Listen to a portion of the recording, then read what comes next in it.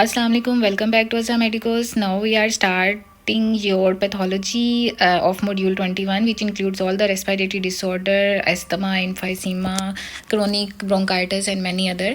ठीक है, पहला एलो आप लोगों का था हाइपर सेंसिटिविटी रिएक्शन, उसको हम इसके बाद करते हैं। पहले हम अस्थमा को डिटेल में डिस्कस करते हैं। ठीक है, ये जो पीडीएफ है ये मिक्सचर है आपकी रॉबिन्स का। जब आप लोग पढ़ेंगे खुद रॉबिन्स से पढ़ें, और इसके बाद ये जो आपकी स्पेशल पैथोमा बुक है और इरफान मसूद है, ठीक है, ताकि आपका हर तरीके से आपका क्वेश्चन, आपका एमसीक्यू रॉन्ग ना हो। ओके, एस्थमा डेफिनेशन इंपॉर्टेंट है। एस्थमा एक क्रोनिक इन्फ्लामेटरी डिसऑर्डर है एयरवेज का। पहले तो एक्यूट पे क्लिक नहीं करना, क्रोनिक इन्फ्लामेशन, बहुत ज़्यादा इन्फ्लामेशन हुई होती है। ठीक है, विद ब्रोंकियल हाइपर रिस्पॉन्सिवनेस। दूसरी बात आ गई ब्रोंकाई हाइपर रिस्पॉन्सिवनेस में क्यों, अब मैं बताऊंगी क्यों होते हैं। ठीक है, तीसरे में जो है ना ऑब्स्ट्रक्शन, इन्फ्लामेशन, ब्रोंकाई की रिस्पॉन्सिवनेस ज़्यादा, and the number third is obstruction, reversible airway की ऑब्स्ट्रक्शन हुई होती है। ठीक है, ये तीन चीज़ें भूलनी नहीं है। एंड द रीअकरेंट, बार बार एपिसोड्स आती हैं, वीज, गरगराहट, ब्रेथलेसनेस, चेस्ट टाइट होगी, कफ, ये चीज़ें नहीं भूलनी। The definition is more important. Okay okay, next आ गया, हम इसको क्लासीफाई करें एस्थमा को इटियोलॉजी की बेस पे और सिवियरिटी की बेस पे। डिफरेंट आपने दोनों में क्लासिफिकेशन इसकी लिखनी है, एक्सट्रिंसिक एस्थमा और इंट्रिंसिक एस्थमा। एक्सट्रिंसिक एस्थमा जिसको एटोपी एस्थमा कहते हैं, वो ज़्यादा कॉमनली है आईजीई मीडिएटेड। हमें पता है एलर्जी से ये एस्थमा होता है। ठीक है, आईजीई पैरासिटिक इन्फेक्शन में रिलीज होता है, यहाँ पर एलर्जिक रिएक्शन में। ठीक है, एस्थमा में भी आईजीई मीडिएटेड है। ओके, अच्छा, अब ऐसा भी एस्थमा हो सकता है जो आईजीई मीडिएटेड उसकी वजह से ना हो। ठीक है, उसको कहते हैं non atopic asthma, intrinsic asthma.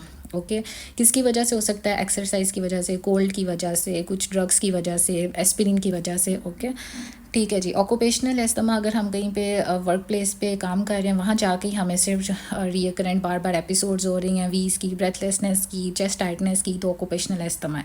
Drug induced asthma, अगर एस्पिरिन की वजह से, ये चार आ गई इटियोलॉजी की बेस पे। स्वेरिटी की बेस पे intermittent asthma, moderate, mild, moderate and swear.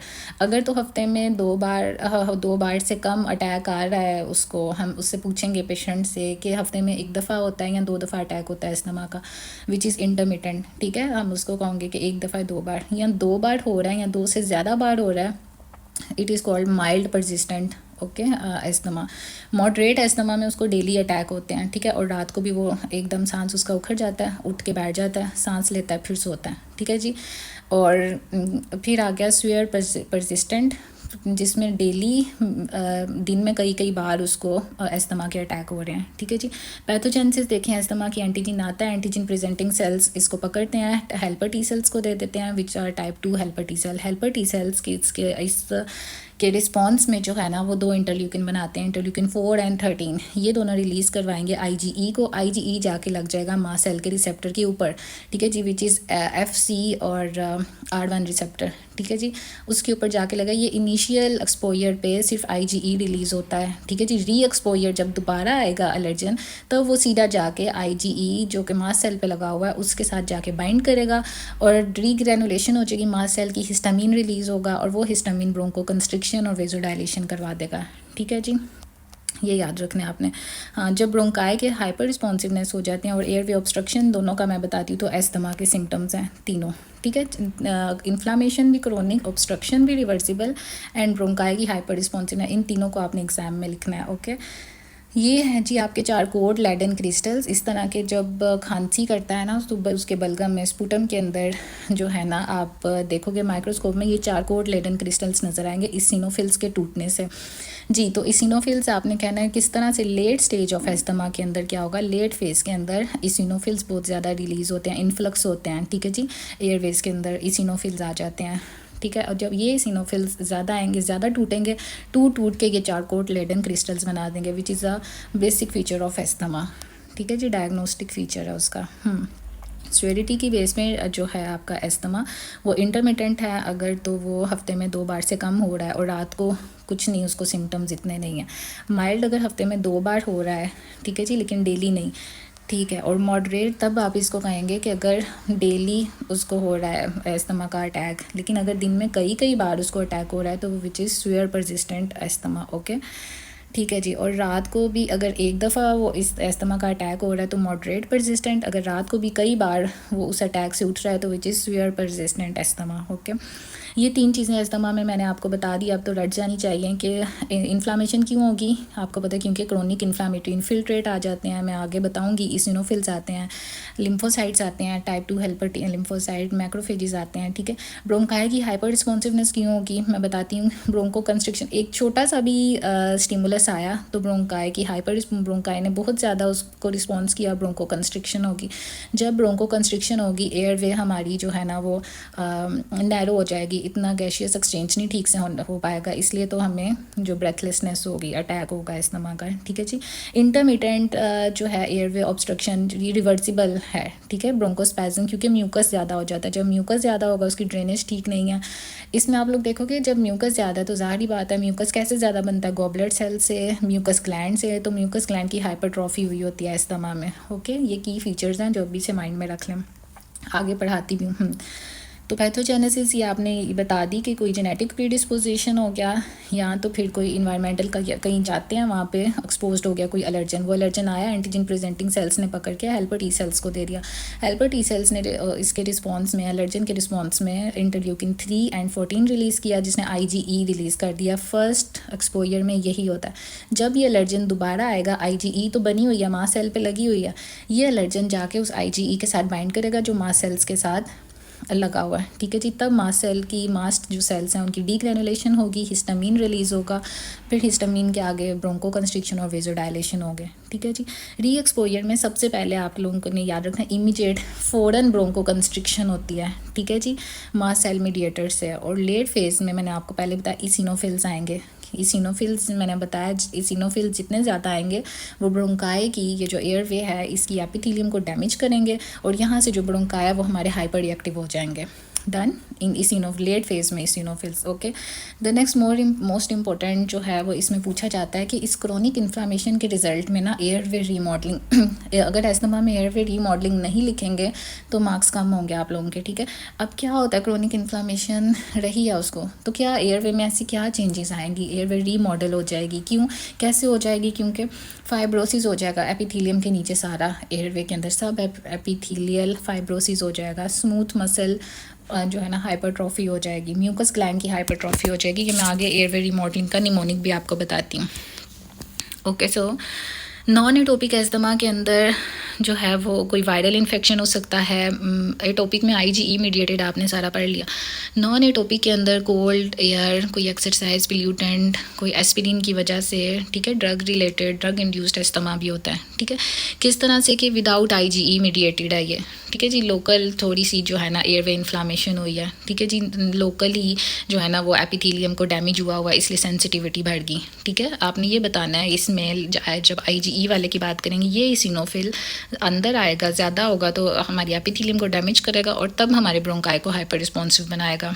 Okay, सो हाँ, सिम्टम्स क्या हैं, पता कैसे चलेगा आप लोगों को कि इसको ये अस्थमा है एपिसोडिक, दिन में कई बार उसके अटैक्स होते हैं, गरगराहट के, कफ के, अक्सर रात को, ठीक है जी, डिस्निया, सांस नहीं आ रहा होता। अच्छा, स्पायरोमेट्री आप हमेशा रेस्पिरेटरी कोई भी डिसऑर्डर हो स्पायरोमेट्री करवा दें। अब ऑब्स्ट्रक्शन है इसके अंदर, मैंने आपको बताया इन्फ्लामेशन भी है और ऑब्स्ट्रक्शन भी है। ऑब्स्ट्रक्शन में क्या होता है कि हम COPD बाहर नहीं निकाल पाते, ऑब्स्ट्रक्शन हो गई है एयरवे की, बाहर नहीं निकाल पाएंगे तो फोर्स एक्सपायरेटरी वॉल्यूम 1 मिनट के अंदर, जो हम 1 मिनट के अंदर बाहर निकाल रहे हैं, फोर्सफुली एक्सपायर कर रहे हैं, वो कम होगा क्योंकि निकाल ही नहीं पा रहे हम ऑब्स्ट्रक्शन की वजह से, ठीक है। FeV1 भी कम होगा, ठीक है जी, इस वजह से FeV1 over FVC force vital capacity, इस ये रेशो भी कम होगी, ठीक है जी। स्पूटम के अंदर वो निकाले इसिनोफिल्स बहुत ज़्यादा होंगे और चारकोट लेडन क्रिस्टल्स, इनके इसिनोफिल्स के टूट के चारकोट लेडन क्रिस्टल्स बनाते हैं जो मैंने आपको आगे बताया। क्या कॉम्प्लिकेशन है, अस्थमा को ना ट्रीट करो तो वो रेस्पिरेटरी फेलियर करवा देगा, ठीक है जी, क्योंकि एयरवे बिल्कुल जो है ना वो नैरो हो गई है, गैशियस एक्सचेंज इतना नहीं हो रहा, ऑब्स्ट्रक्शन हो गई है, म्यूकस ज़्यादा है, ठीक है जी। आगे म्यूकस मैं आगे बताऊंगी आपको, ग्रॉस और माइक्रोस्कोपिक फीचर्स के अंदर भी आप लोगों ने कहना है कि गॉबलेट सेल, म्यूकस ग्लैंड का हाइपरप्लेजिया होता है, इसलिए ऑब्स्ट्रक्शन होती है। ओके, स्टेटस एस्थमेटिकस हो जाता है अगर इसको ना ट्रीट करो, और रेस्पिरेटरी फेलियर हो जाता है, ठीक है। अब ये भी सारा वही है, एक बार देखें मैंने आप लोगों को यही पढ़ाया है, ठीक है। एटोपिक के अंदर क्रोनिक इन्फ्लामेटरी एयरवे डिजीज़ है, बार बार डन, ठीक है जी, आपको आता है ये सारा क्लासिफिकेशन। ये हमने इसकी टियोलॉजी की बेस पे की थी, ड्रग इंड्यूस्ड भी हो सकता है और ऑक्यूपेशनल भी हो सकता है, ठीक है जी, कहीं जगह पे जाके जैसे डस्ट, कोई परफ्यूम्स वगैरह, किसी चीज़ से इरिटेशन होगी। और ये देखें, ये मास्ट सेल्स ने कुछ मीडिएटर्स रिलीज़ किए जो मैंने आपको बताया, री एक्सपोजर पे हिस्टामीन, लिकोट्राइन, प्रोस्टाग्लैंडिन, उन्होंने ब्रोंको कंस्ट्रिक्शन करवा देनी और वेजोडाइलेशन। हाँ, अर्ली के अंदर ब्रोंको स्पैज़म होता है और एंड अडीमा, ये नहीं भूलना। अडीमा क्यों? क्योंकि फ्लूइड इसमें एयरवे की जगह फ्लूइड आ जाता है, ठीक है जी। और लेट के अंदर जो है ना आपके पास इसिनोफिल्स ज़्यादा आएंगे मेनली, और इसिनोफिल्स ने एपिथेलियम को डैमेज करना, हाइपर रिस्पॉन्सिवनेस बना देना, ठीक है जी, और क्रोनिक इन्फ्लामेशन हो जाएगी, ठीक है जी। एयरवे रीमॉडलिंग में अभी आपको इसका निमोनिक बताती हूँ। मॉर्फोलॉजी में एक ये भी है कि आपके म्यूकस प्लग्स नज़र आएंगे जिसको कहते हैं कर्शमन स्पाइरल्स, ठीक है। बाकी Charcot Leyden crystals are more important, ठीक है। नॉन एटोपी के अंदर कोई वायरल इन्फेक्शन, ये मैंने आपको बता दिया है, डोंट बी कन्फ्यूज़। ये भी आप लोगों का वही है। हाँ, ये देखो डिफरेंट सिंड्रोम आ जाएंगे एटोपी के अंदर। देखो एस्थमा भी है साथ, एटोपी सिंड्रोम मींस इसके साथ साथ और आपको क्या हो सकता है, एटोपिक राइनाइटिस हो सकता है, एटोपिक डर्माटाइटिस और एलर्जिक राइनाइटिस, ठीक है। इतने खास ज़रूरी नहीं है। आगे चलते हैं। अच्छा, इसको हम ट्रीट कैसे करते हैं एस्थमा को? हम फ़ौरन जो है ना वो इनहेल्ड, हाँ ओके, हम इनहेल जो है ना शॉर्ट एक्टिंग बीटा एगोनिस्ट देते हैं, जैसे टेरब्यूटेलिन शॉर्ट एक्टिंग बीटा एगोनिस्ट कभी नहीं भूलना। सबसे पहले हमने उसको वही इनहेल करवाना है, उसके बाद जो है ना हम इसमें ऐड कर देंगे इस शॉर्ट एक्टिंग बीटा एगोनिस्ट में, ठीक है जी। शॉर्ट एक्टिंग बीटा एगोनिस्ट का नाम याद रखने, टेरब्यूटेलिन, एल्ब्यूटेरोल, आपने एएनएस फार्मा में अच्छे से पढ़े हुए हैं। इस शॉर्ट एक्टिंग बीटा एगोनिस्ट के साथ अगर आप कॉर्टिकोस्टेरॉइड्स भी इनहेल करवा दें तो ज़्यादा बेस्ट रहेगा, ठीक है जी। कौन से कॉर्टिकोस्टेरॉइड्स? बेक्लोमेथाजोन वगैरह, ठीक है जी।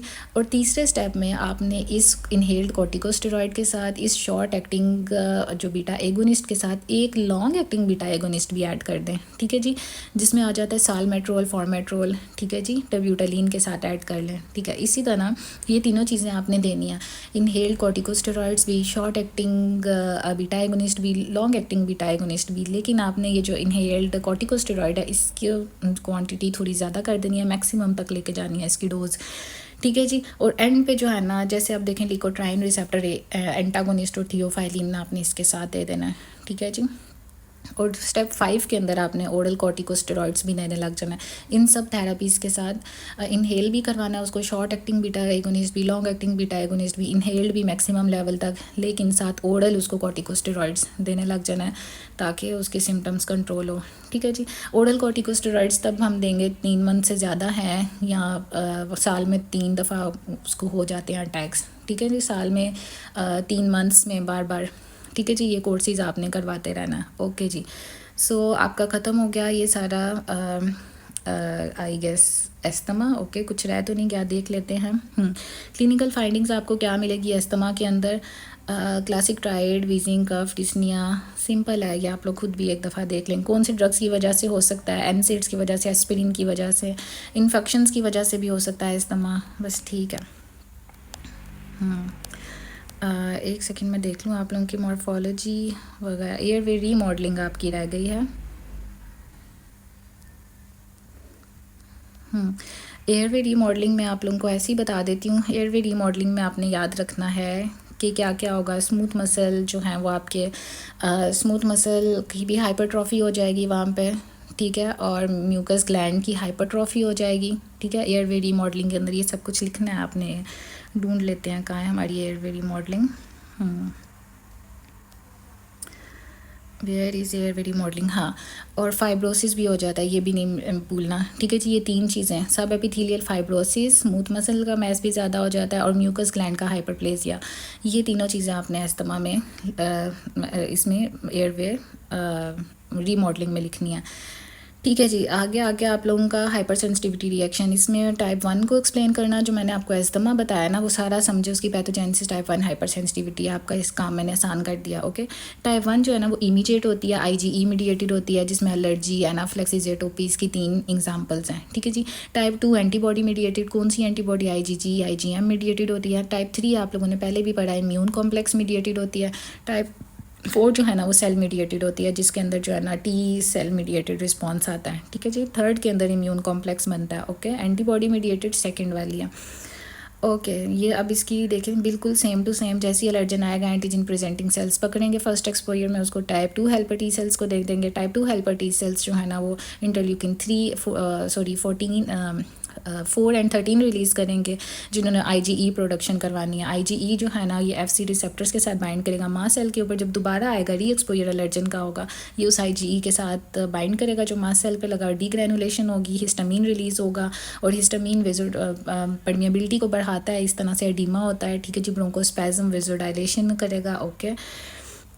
ये हिस्टामीन के फंक्शंस है कि ब्रोंकोस्पैज्म करता है और वेजोडाइलेशन करता है, इसको भी नहीं भूलना, ठीक है जी। और फ़ौरन जो आते हैं मिनर्स टू आवर्स के अंदर जो मीडिएटर्स आते हैं, लिकोट्राइन्स आते हैं, प्रोस्टाग्लैंडिन्स आते हैं, प्लेटलेट एक्टिवेटिंग फैक्टर्स आते हैं। लेट स्टेज के अंदर इसिनोफिल्स आते हैं, मैंने आपको उसमें भी बताया एस्थमा में इसिनोफिल्स और न्यूट्रोफिल्स आते हैं, ठीक है जी।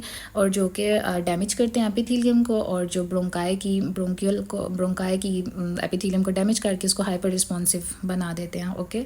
हाँ जी, टाइप 1 के अंदर आ जाता है आपका यूट्रिक एरिया, जिसमें नाक बहता रहता है, ठीक है जी। एटोपिक डर्माटाइटिस, एटोपी भी बताया, एलर्जी भी बताई हुई है आप लोगों को, ठीक है जी। एनाफिलेक्सिस भी इसी के अंदर आ जाता है, एलर्जी भी आ जाती है। अब ये आप लोगों ने याद रखना है, ये देखिए इसिनोफिल्स कैसे रिलीज़ होते हैं इंटरल्यूकिन 5 की हेल्प से, ठीक है जी। IgE कैसे रिलीज़ होता है इंटरल्यूकिन 4 एंड 13 की हेल्प से, ओके। इमीडिएटली हिस्टामीन वगैरह रिलीज़ होंगे, लेट इसिनोफिल और न्यूट्रोफिल्स रिलीज़ होंगे, ये भी नहीं भूलना। और अब इसका ठीक कैसे करेंगे एलर्जी को, उस एलर्जन को आप अवॉइड करें, एंटी हिस्टामीन लें, क्योंकि हिस्टामीन ने ब्रोंको कंस्ट्रिक्शन करवानी है, ब्रोंकोस्पैज्म करवाना है और वेजोडाइलेशन करानी है। एंटी हिस्टामीन देंगे। एनाफिलेक्सिस है तो आप लोगों ने सबसे अच्छा पढ़ा हुआ है कि एपिनेफ्रिन देंगे, ठीक है जी। लेट फेज़ के अंदर हम कॉर्टिकोस्टेरॉइड्स हमेशा देते हैं, एंटी IgE देंगे, ठीक है जी। ओमेलिजुमैब, ओके, ठीक है जी। हाँ, टाइप 2 हाइपर सेंसिटिविटी रिएक्शन के अंदर आ गया आप लोगों का एंटीबॉडी मीडिएटेड होता है, IgG IgM आ जाते हैं, ठीक है जी। जब एंटीजन आता है बॉडी में उसके अगेंस्ट फ़ौरन IgG IgM उसको पकड़ते हैं, कॉम्प्लीमेंट सिस्टम एक्टिवेट करते हैं, FC रिसेप्टर्स एक्टिवेट होता है और फेगोसाइटोसिस मैक्रोफेज के अंदर चला जाता है। इसकी एग्जांपल में आप लोगों ने ट्रांसफ्यूजन रिएक्शन पढ़े हुए हैं, हीमोलिटिक एनीमिया और मायस्थीनिया ग्रेविस, क्योंकि न्यूरोमस्कुलर भी IgG IgM, ठीक है जी। एंटीबॉडी मीडिएटेड, ये नहीं भूलना, मायस्थीनिया ग्रेविस, क्योंकि वो एसिटाइलकोलिन रिसेप्टर के अगेंस्ट भी एंटीबॉडी उसमें बन जाती है, ओके। हीमोलिटिक अनीमिया, ऑटोइम्यून, ये 3 एग्जांपल्स हैं। टाइप 4 आपके एलो में तो नहीं है, लेकिन फिर भी आप इसको कर लें। टाइप 4 डिलेड है या सेल मीडिएटेड है, इसकी 2 फॉर्म्स होती हैं, एक क्लासिकल और एक क्लासिकल मीन एक हेल्पर टी सेल वाली और एक साइटोटॉक्सिक मीन्स के साइटोटॉक्सिक CD8 और CD4 कह लें, ठीक है जी। हेल्पर टी सेल 1 वाला, हेल्पर टी सेल 1 रिलीज़ करता है इंटरफेरॉन गामा, ठीक है जो एक्टिवेट करेगा मैक्रोफेजिस को। मैक्रोफेजिस अगर आगे ज़्यादा अगर डैमेज करेंगे तो ग्रैनुलोमा फॉर्मेशन करेंगे, ठीक है जी। 1 दिन से 2 दिन के अंदर, ठीक है। साइटोटॉक्सिक टी सेल डायरेक्ट किल कर देंगे हमारे टारगेट सेल्स को, ओके। इसकी एग्जांपल है टीबी ने हमेशा ग्रैनुलोमा बनाना होता है, ग्रैनुलोमा लाइक गोन फोकस बनाना होता है। अगर आपने मेरी पैथो की वीडियो सुनी है तो आप लोगों को पता होगा, ठीक है जी। हेल्पर टी सेल 1 के रिस्पॉन्स में ये बनता है, ठीक है जी। केस सीटिंग ग्रैनुलोमा भी टीबी में होता है, ठीक है जी। कंटेक्ट डर्माटाइटिस हो गया, ठीक है। टाइप 4 जो है ना ट्रांसप्लांट रिजेक्शन के अंदर आता है, ठीक है, और SJ सिंड्रोम के अंदर भी आता है, ठीक है जी। हो गया आपका समरी। हाँ, टाइप 4 के अंदर कोई एंटीबॉडी नहीं है, ठीक है जी। हेल्पर टी सेल 1 है जो इंटरफेरॉन गामा रिलीज़ करते हैं, ठीक है, जो मैक्रोफेजिस को एक्टिवेट करेंगे, फेगोसाइटोसिस करेंगे। इसमें सिर्फ हेल्पर टी सेल 1 है और साइटोटॉक्सिक टी सेल्स हैं, ठीक है जी। CD4 और ये देख लें आप लोग CD8 मैक्रोफेजिस वगैरह।